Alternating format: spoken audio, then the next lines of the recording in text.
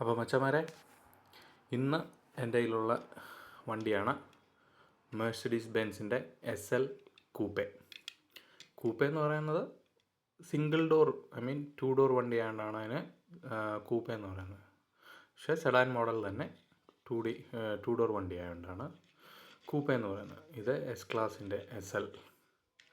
ഇതെൻ്റെ ഈ നേരത്തെ ഇരുന്ന പഴയ വണ്ടിയാണ്, അതുകൊണ്ടാണ് ഈ സ്ക്രാച്ചസ് ഒക്കെ ഉള്ളത് കേട്ടോ. പഴയ വണ്ടിയാണ്. പക്ഷേ വേറൊരു കാര്യം കൂടെ പറയാനുള്ളത്, ഇത് ഹോട്ട് വീൽസിൻ്റെ സാധനമല്ല, ഇത് ചൈനീസ് കമ്പനിയായ റിയൽ ടോയ് എന്ന് പറഞ്ഞൊരു കമ്പനിയുടെ.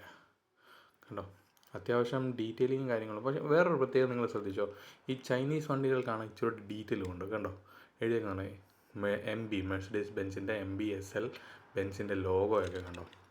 ഇവിടെ കണ്ടോ, ചെറുതായിട്ട് SL 500 MB SL ബെൻസിൻ്റെ ലോഗോ ഒക്കെ ഇട്ടേക്കുന്നത്. എനിക്ക് തോന്നിയിട്ടുള്ളൂ ഹോട്ട് വീൽസിന് അത്രയും ഈ പെയിൻറ്റിങ്ങും കാര്യങ്ങളും ഹോട്ട് വീൽസിന് ഇച്ചിരി ശോകമായിരിക്കും. പക്ഷേ ഇവരുടെ വണ്ടിക്കാണ് ഇച്ചിരി ഡീറ്റെയിലും കാര്യങ്ങളും ഉള്ളത്. അപ്പോൾ എങ്ങനെയുണ്ട് സംഭവം? ഇത് നല്ല വണ്ടിയാണ്, അത്യാവശ്യം നല്ല വണ്ടിയാണ് ബെൻസിൻ്റെ.